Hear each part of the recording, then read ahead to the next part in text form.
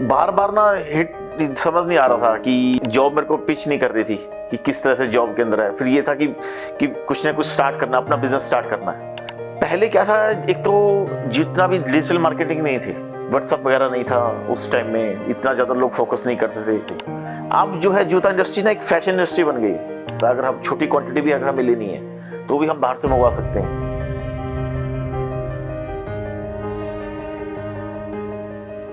नमस्कार। नमस्कार।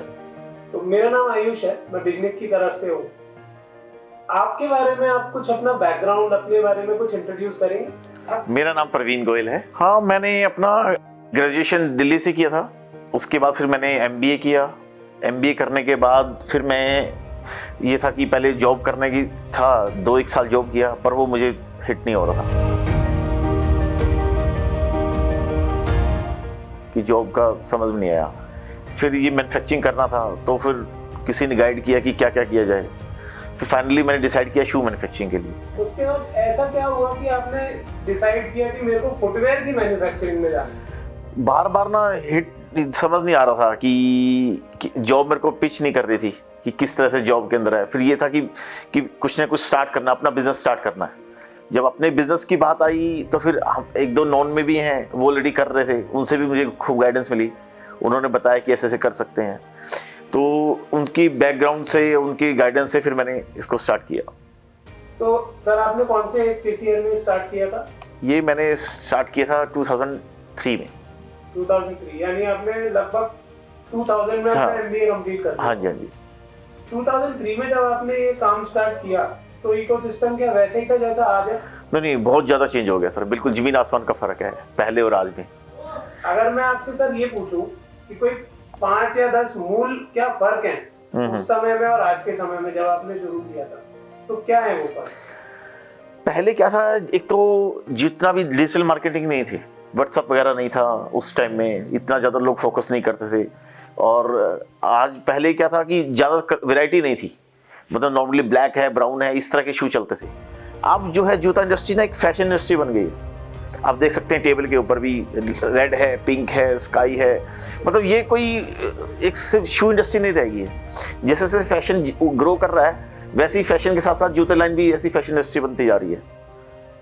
सर आपने जैसे एक चीज बताई कि वैरायटी, डिजाइन, ट्रेंड, जैसा बोल सकते हैं वो तो लाइफ, जिस तरह से लाइफस्टाइल चेंज हुई, हाँ, उस हिसाब से चेंज हो रहा है वो। उस हिसाब से जूते भी चेंज हुए हैं, जूतों की इंडस्ट्री भी चेंज हुई है। 2 भागों में अगर बांटे, 2003 से 2013 और 2013 से 2023, आपके पहले क्या चेंजेस हुआ करते, चैलेंज आपके पहले क्या हुआ करते थे और आज आपके चैलेंज क्या है? पहले क्या होता था, रॉ मटेरियल अवेलेबिलिटी का बहुत बड़ा इशू होता था कि इतने ज़्यादा जो है कोई भी चीज़ थी वो हमें देख के लानी पड़ती थी, समझ नहीं आती थी, और हर चीज़ के ऊपर फोकस ज़्यादा रहता था कि कैसे करना है। अब आज की डेट में इतना ज़्यादा मॉडिफाई हो गया, हर चीज़ डिजिटल आ गया है, तो कोई फ़ोटोज़ वगैरह शेयर करनी है, इवन मान लो यहाँ माल नहीं मिल रहा है, इंडिया किसी और कोने से मिल रहा है, वो भी इजीली अवेलेबल है। बाहर से माल मंगाना है, आउट ऑफ इंडिया मंगाना है, चाइना से मंगाना है या ताइवान से आता है, उसका भी बहुत बड़ा इशू था, वो भी सारा ख़त्म हो गया है। बहुत ईजी हो गया हर चीज़। मशीनरी वगैरह है सारी ताइवान से आ रही है, जो हमारे ईवा के शूज़ बन रहे हैं वो भी बहुत ईजी है, और टेक्नोलॉजी भी अच्छी हो गई है। तो क्या पहले जानकारी का अभाव था, आज जानकारी ज़्यादा है, या पहले रॉ मटेरियल को लाने में और भी कोई रेगुलेटरी गाइड? दोनों ही बातें थी। पहले जानकारी भी नहीं थी और लाने की भी बहुत बड़ा इशू होता था कि लाएंगे कैसे, इसको क्वांटिटी में लेके आनी है। आज इतनी ज़्यादा मैटर नहीं करता, अब जो है जो वो लेकर आने हैं टेक्निक, वो इजीली अवेलेबल है। सर क्या आप जैसे कह रहे हो कि जो टेक्निक बड़े ब्रांड्स जो है, नॉन ब्रांड है, कंज्यूमर ब्रांड्स है, इंटरनेशनल लेवल पे जो काम करते हैं, अगर हम भी वही टेक्निक से चीज़ें बना रहे हैं, तो क्या अब फर्क सिर्फ ब्रांड का रह गया है, या आज भी क्वालिटी, डिजाइन में भी कुछ ना कुछ गैप रहता है, या सिर्फ अब ब्रांड के नाम का फर्क रह गया? नहीं, आप ये कह सकते हो 70-80% तो सिर्फ ब्रांड के नाम का फर्क रह गया है। 70-80% आज सिर्फ ब्रांड के नाम का फर्क रह गया। हाँ जी। आप मतलब इसका मतलब है कि हमारे पास जो मटेरियल, हमारे पास जो प्रोडक्ट आर्टिकल है, हाँ जी, वही आर्टिकल है, ब्रांड में भी वही आर्टिकल, प्राइसिंग में फर्क आता है क्योंकि उनका नाम है। अब ये देखिए, पहले क्या होता था, कोई भी बड़ा ब्रांड्स आता था, उसके पास जो सोल वगैरह होते थे, सब इंपोर्टेड सोल होते थे। आजकल वही सोल अपने यहाँ हिंदुस्तान में दुनिया भर के बन रहे हैं। जितने भी सोल मैन्युफैक्चरर्स हैं, ये नहीं है कि सिर्फ जूते के अंदर ही क्रांति आई है, आप ये कह सकते हैं रॉ मटेरियल के अंदर भी ऐसा हुआ है कि जब रॉ मटेरियल ग्रो करेगा तो जूता लाइन भी अपने आप ग्रो करेगी। अब जितने भी नाइकी या रिबॉक वगैरह इंटरनेशनल ब्रांड जो भी चीज़ लेके आ रहे हैं, वही सोल अपने यहाँ बहुत जल्दी चालू हो जाता है, और वो सोल जल्दी चालू हो जाता है तो उसके हिसाब से फिर हमारा जूता भी जल्दी बनने लग जाता है। अच्छा, एक सवाल मेरे दिमाग में आ रहा है। एक चीज होती है कि जो बड़े बड़े ब्रांड्स हैं हम उनको फॉलो करें, तो क्या ऐसा होता है कि डिजाइन वाइज बोलूं, क्वालिटी वाइज बोलूं, जैसा आप बोल रहे हैं कि वो इसी तरह का सोल लेकर आ रहे हैं, जैसे नाइकी ने शायद एयर का सोल लाना शुरू किया था, बिल्कुल, उसके बाद वो फॉलो एक ट्रेंड बना। हाँ जी। लेकिन क्या ट्रेंड सिर्फ बड़े ब्रांड ही शुरू करते हैं, या ट्रेंड अपने लोकल मार्केट में भी एंड अपने जो अपने देश के मैन्युफैक्चरर्स हैं वो भी शुरू करते हैं? अपने एक्चुअली लोग जो इंटरनेशनल ब्रांड है वो इंटरनेशनल के हिसाब से आइटम को लेकर आते हैं, लेकिन जो अपने यहाँ जो हिंदुस्तान के ब्रांड्स हैं, जो ब्रांड बन चुके हैं, जैसे कैंपस है, वो जो टेक्निक लेके आ रहे हैं या वो जो क्वालिटी लेके आ रहे हैं, वो हमारे लोकल के हिसाब से बहुत बढ़िया है। एक सवाल मैं और पूछूं, तो क्या लोकल भी कोई ट्रेंड बनाता है जो ब्रांड नहीं बने अभी, जो कंज्यूमर ब्रांड नहीं बने, क्या वहां से भी कोई ट्रेंड शुरू होते हैं? वो ट्रेंड इतना नहीं शुरू होता है लोकल के अंदर, क्योंकि सब लोग ना इंटरनेशनल में जो आ रहा है उसी को देख के बनाते हैं कि वो वहाँ क्या नई चीज़ आ रही है। हमारे जो लोकल वाले हैं वो अपनी इंडियन जो मार्केट है उसको जो पूर्ति करते हैं वो लोकल ब्रांड ही करता है। जो भी कोई भी बड़ा ब्रांड जो है, इवन लोकल का भी बड़ा ब्रांड जो है, वो पूर्ति नहीं कर पाता है, क्योंकि अल्टीमेटली जो हमारा गाँव में देहातों में वहाँ ज़्यादा सेल होता है हमारा माल। तो जो बिल्कुल लोकल ब्रांड्स हैं वो पूर्ति उन्होंने ही करनी है वहाँ की। एक सवाल मेरे दिमाग में आ रहा है पूर्ति से संबंधित, आपकी फैक्ट्री की टोटल कैपेसिटी कितने जोड़े बनाने की होगी लगभग? हम लोग 7000 पर डे बना सकते हैं। आप 7000 पर डे बना सकते हैं। हाँ जी। एंड आज फैक्ट्री में लगभग कितने पेयर बन जाते होंगे? आज हम 4000 के आसपास अभी चला रहे हैं। 4000। तो ऐसा मान सकते हैं कि लगभग 55-60% कैपेसिटी पे चल रही है, फैक्ट्री चल रही है। राइट। तो क्या खास कारण है इस चीज के कि 7 मतलब कैपेसिटी पूरी नहीं हो रही फैक्ट्री की, तो मार्केट में डिमांड तो है जैसा आप कह रहे हैं, तो इसका क्या कारण? अभी एक तो रीजन क्या है, अभी जस्ट ना सीजन चेंज हुआ है, अब ये कह सकते हैं, क्योंकि इससे पहले हमारा शू का सीजन चल रहा था, शू का सीजन जस्ट खत्म हुआ है, अब हम लोग गर्मियों के सीजन की तैयारी कर रहे हैं और उसकी प्रोडक्शन की तरफ जा रहे हैं। तो जो ये बीच का फेज होता है इन दिनों में, वो थोड़ा सा रहता ही है स्लो। तो अगर मैं पूछूं सर आपसे कि एक स्लो फेज और एक सीजन जिसको बोलते हैं, स्लो फेज और सीजन के बीच में लगभग कितना गैप आ जाता होगा? 1 से 2 महीने का। 1 से 2 महीने का? हाँ जी। और अगर मैं प्रोडक्शन की बात पूछूं कि प्रोडक्शन में कितना गैप आता होगा, एक ऑफ सीजन में कितना हो रहा है वर्सेस? और वो डबल से भी ज्यादा हो जाती है सीजन के अंदर। तो मतलब क्या ऐसा भी समय आता है जब आपकी कैपेसिटी पूरी हो गई और फिर भी आपके पास और डिमांड लगी? हाँ, इस सीजन में रहता ही है। सीजन सर ऐसा कभी होता है कि आपने, क्योंकि सीजन में बहुत ज्यादा डिमांड आ गई मान लीजिए, लेकिन एकदम से आपके पास स्टॉक बढ़ गया, कई बार ऐसा हो जाता है ऑर्डर कैंसिल हो गए, ऑर्डर रुक गए, तो आप क्या इन चीजों का ख्याल कैसे रखते हैं? हम इन्वेंट्री मैनेजमेंट करते हैं कि क्या आइटम हमारे पास ज़्यादा चल रही है, क्या आइटम स्लो डाउन हो गया है, उसको हम फिर प्रोडक्शन के अंदर पहले से ही स्लो करके चलते हैं। लेकिन कोई सडनली कोई इशू आ जाए वो अलग मैटर है जी, कि एकदम ब्रेक लग जाए, अदरवाइज वो मेंटेन करके चलते हैं कि ये एक आइटम है, ये हमारी 1-2 महीने की 1 महीने की सेल इसकी रहेगी, फिर हम इसको चेंज करना है।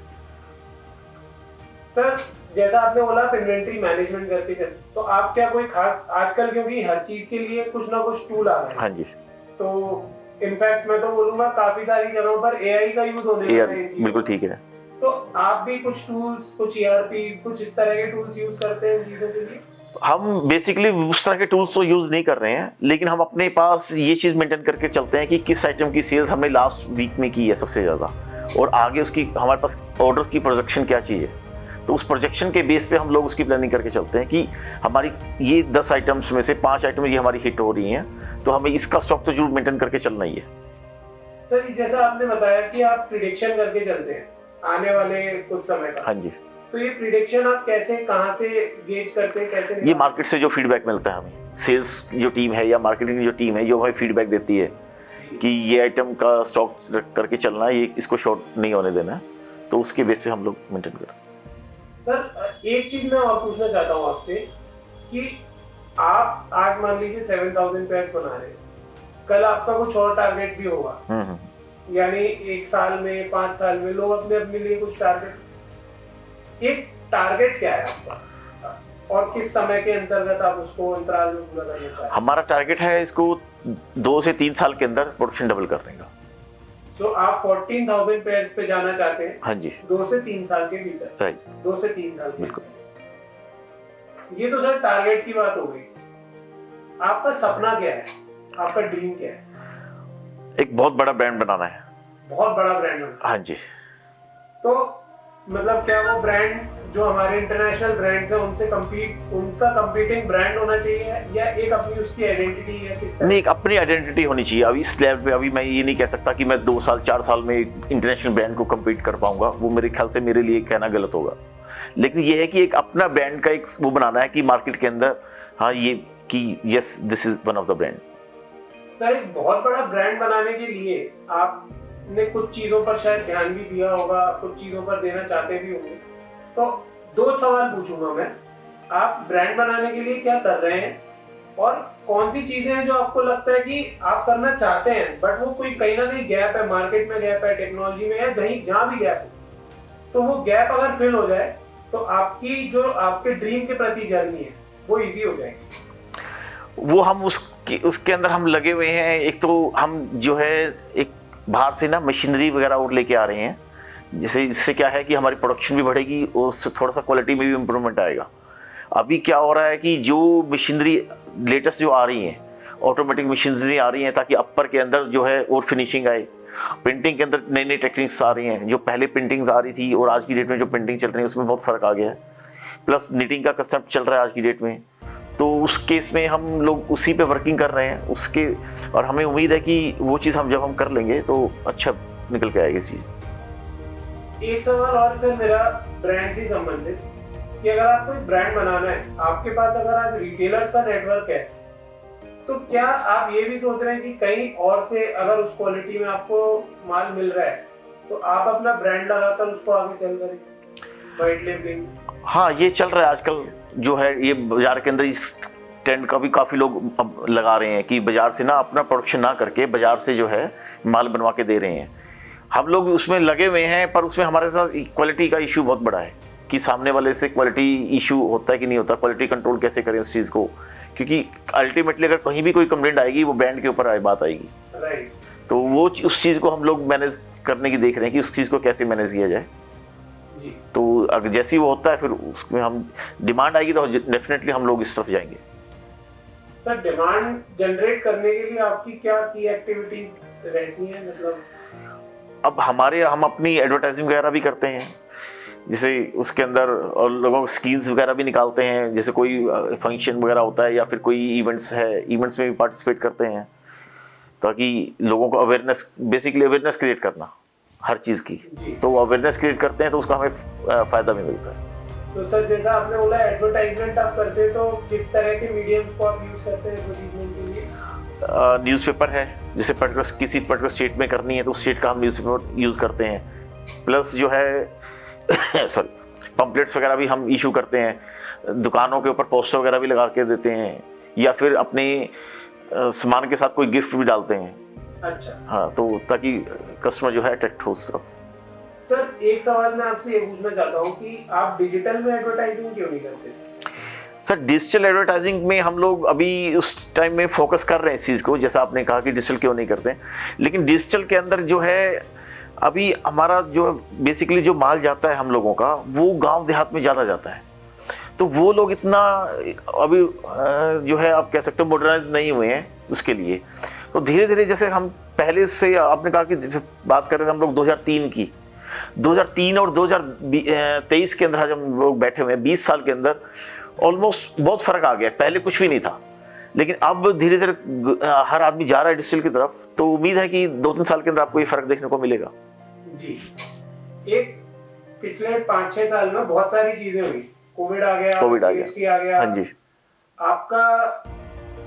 आपने किस तरह से इन चीज़ों से कोप किया? आपके हिसाब से पिछले 5-6 साल में क्या की चेंजेस थे और उनसे आपने कैसे कोप अप किया, उनसे क्या अभी भी आपको कुछ चैलेंजेस आ रहे हैं, अगर नहीं आ रहे तो आपने अपनी प्रॉब्लम्स को सॉल्व कैसे किया? नहीं, शुरू में तो काफ़ी चैलेंजेस आए थे जब जीएसटी एक बार लगा था, क्योंकि समझने में हम लोगों को समझ नहीं आ रहा था, इवन रिटेलर्स को भी, डिस्ट्रीब्यूटर को भी, किसी को समझ नहीं आ रहा था कि क्या होगा, कि कैसे जीएसटी आया है, कैसे इम्प्लीमेंट करें, कैसे ना करें। लेकिन वो धीरे धीरे वो चीज़ टाइम के हिसाब से समझने आने लग गई, तो वो दूर हो गई जीएसटी की प्रॉब्लम। फिर आज कोविड आ गया। कोविड में काफ़ी फ़र्क पड़ गया 2 सालों के अंदर। कोविड ने जो है सबको हिट ने हिट किया है।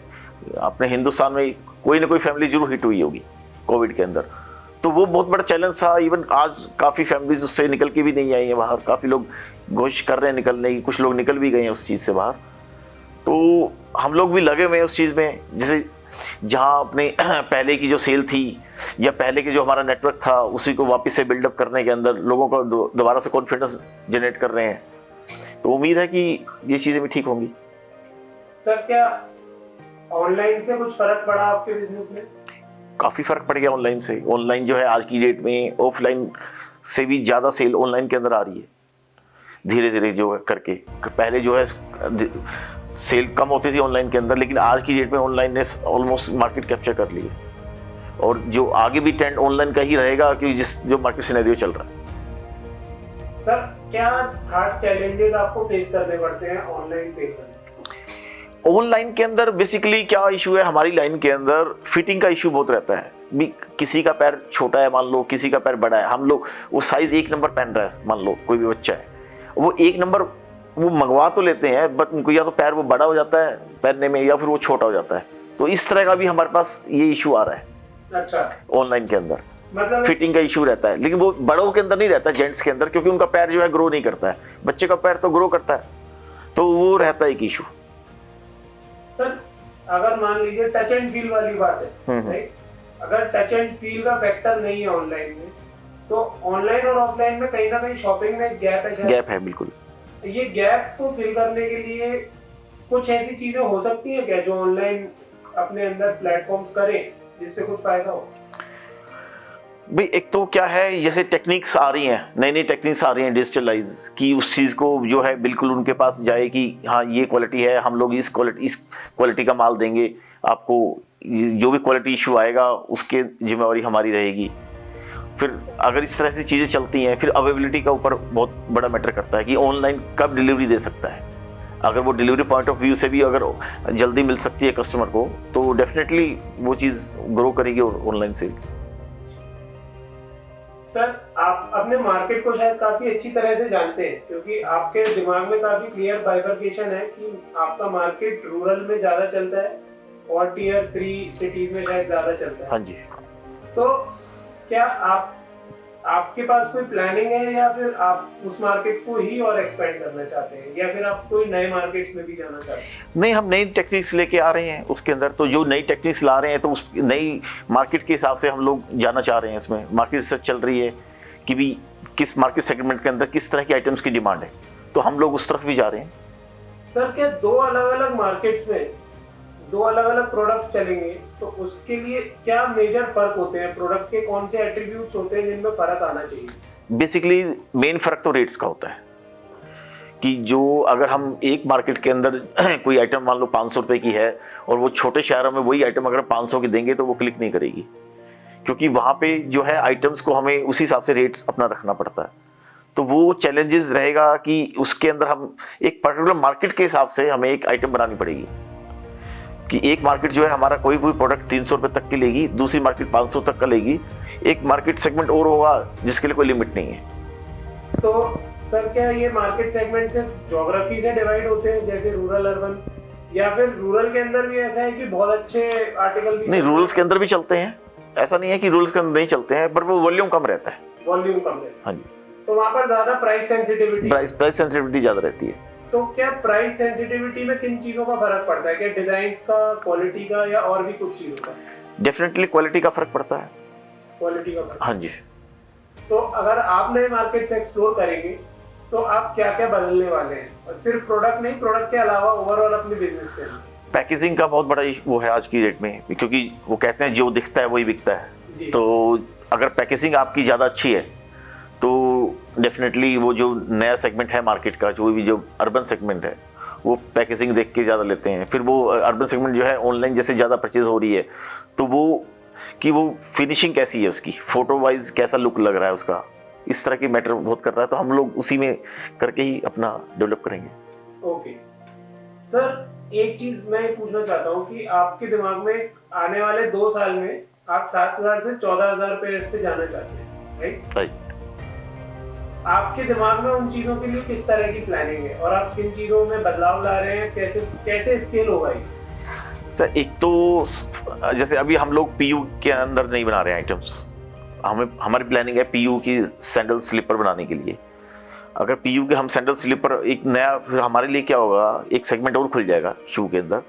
फिर अभी हम लोग जो है फ्लिप फ्लॉप नहीं बना रहे हैं। अब अगर हम फ्लिप फ्लॉप वगैरह भी बनाते हैं तो मैं समझता हूँ ये डबल से भी ज़्यादा हो जाएगा। तो क्योंकि ये जो लाइन है बहुत बड़ी लाइन है, लाइन के अंदर इसके अंदर जो है आइटम्स इतनी है कि आप जितना मर्जी बना सकते हैं। तो मेनली आप ये कहना चाहते हैं कि वर्टिकल नए आप लेकर आएंगे या नए सेगमेंट, नई कैटेगरीज लेकर आएंगे? नई कैटेगरी से लेके आएंगे, नई कैटेगरीज लेकर आएंगे और नई कैटेगरीज से आपकी ग्रोथ आपको हाँ मिल जी पाएगी। बिल्कुल। आपने सर जब आप पढ़ाई कर रहे थे तब कभी सोचा था कि आप फुटवेयर मैन्युफैक्चरिंग और वहाँ पे इतना बड़ा ब्रांड बनाएंगे? कभी नहीं, सारी दिमाग में नहीं था ये चीज़ तो। ये दिमाग में? हाँ जी। तो क्या आप मतलब क्या करना चाहते थे अगर जिस समय आप पढ़ रहे थे उस समय?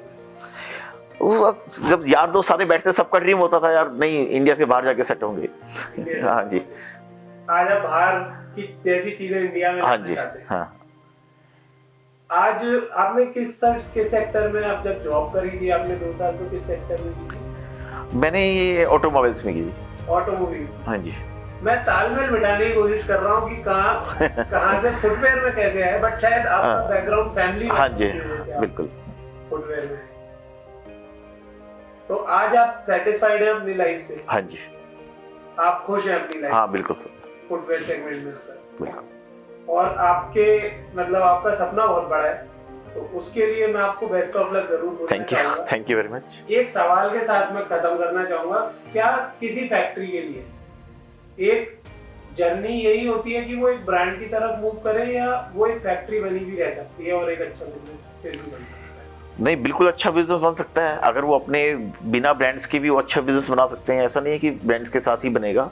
इवन आज की डेट में जो लोग जो वर्क कर रहे हैं, जैसे हम पहले डिस्कशन कर रहे थे कि जो बड़े ब्रांड्स माल बनवा रहे हैं बाहर से, आप बड़े ब्रांड्स को अगर आप उनके नाम से माल बना के देते हैं तो वो भी एक बहुत अच्छा बिजनेस बन चुका है कि उसके अंदर आपको क्या है, क्वालिटी वाइज माल बना के देना है, बाकी सरदर्दी नहीं है, क्योंकि आप पास एडवांस में ऑर्डर रखे होंगे, माल बेचने की टेंशन नहीं होती। तो वो भी एक सेगमेंट है कि जिसके अंदर आज जो ग्रो करने लग गया वापस। तो सर ऐसा क्या कारण है कि आप एक ब्रांड बनाने के लिए मोटिवेट हुए बजाय एक फैक्ट्री को ही ग्रो करते रहे? उसमें के अंदर एक इशू आता है हमें, जिसको हम बना के देते हैं, कल की डेट में अगर वो हमारे से छोड़कर कहीं और शिफ्ट हो जाता है तो हम लोग बिल्कुल वहीं के वहीं खाली रह जाएंगे। अगर हमारा ब्रांड्स होगा, हमें पता है कि हमें कहाँ सेल आउट करना है, कहाँ नहीं करना है। एक्सपोर्ट का सेगमेंट भी खुला रहता है। आज की दुनिया भर का हम लोग एक्सपोर्ट कर रहे हैं। हमारा माल जो है मिडिल ईस्ट में जा रहा है, ईस्टर्न कंट्रीज़ में जा रहा है, इवन यूरोप में भी जा रहा है। तो वो एक सेगमेंट हमारे लिए भी खुला हुआ है। मार्केट फिर वाइड बन जाती है। अगर हम किसी को जो वर्क करके देते हैं, तो अगर आपके पास कैपेसिटी नहीं है आगे सेल्स की, तो फिर आप दूसरों को बना के दे सकते हैं। अदरवाइज अपने ब्रांड्स बनाने में ज़्यादा फायदा है। अच्छा, तो यही एक ब्रांड बनाने का एक वो है कि स्टिकीनेस रहेगी, लॉयल्टी रहेगी। लॉयल्टी रहेगी, हाँ जी। ठीक है।